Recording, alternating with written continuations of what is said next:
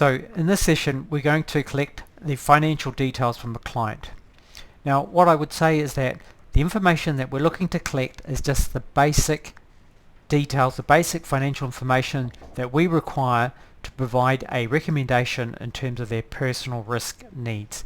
This is not a full budget, this is not an application for a mortgage or anything like that. It's just the basic information that is required.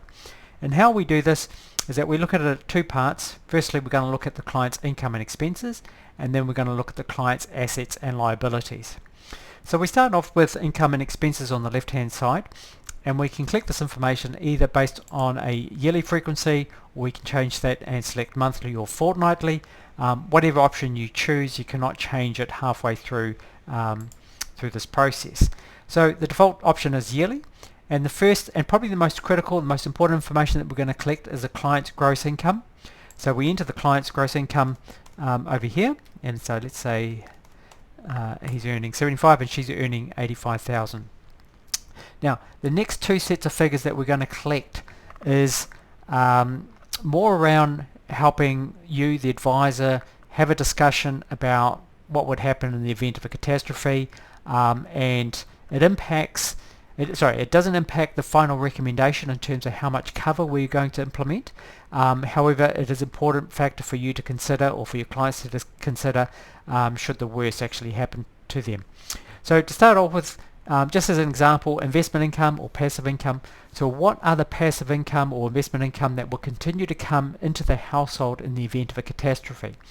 So for example, if something ever happened to Jack and they had a rental property, would the family or the household continue to live off that rental income, or would they use that rental income to support their household earnings, or would they look to sell or liquidate that property and perhaps pay off debts?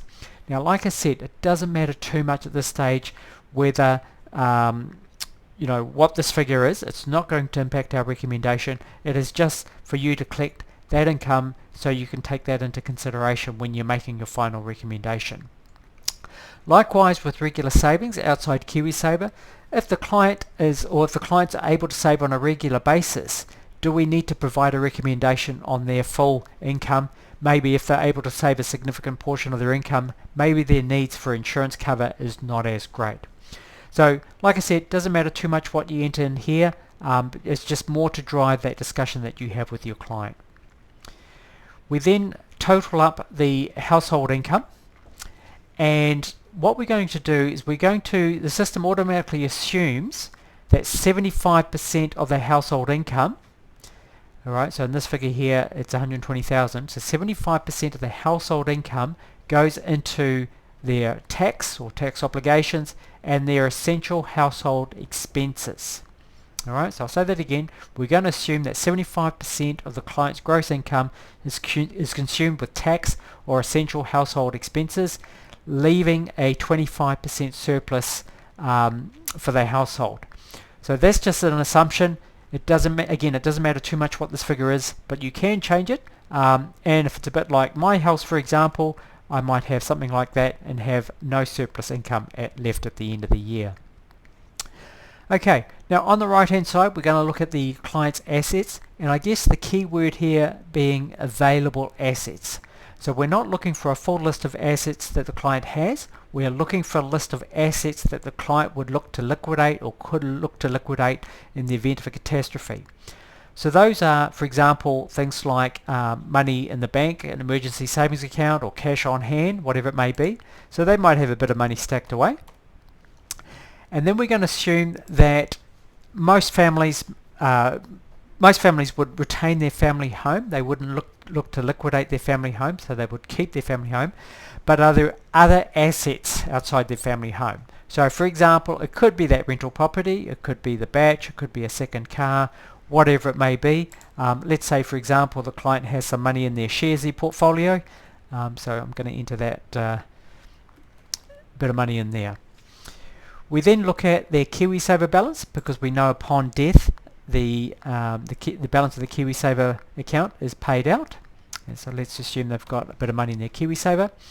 And if there are other assets that they could look to liquidate, we can just click on this orange button and add more and more assets to this list. Right, we then look at the client's liabilities. and we assume that most people that have a home also have a mortgage.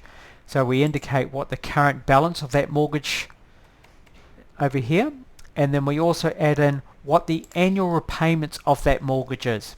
So if, for example, the client is paying $2,000 a month, we know that their annual repayments is $24,000 a year.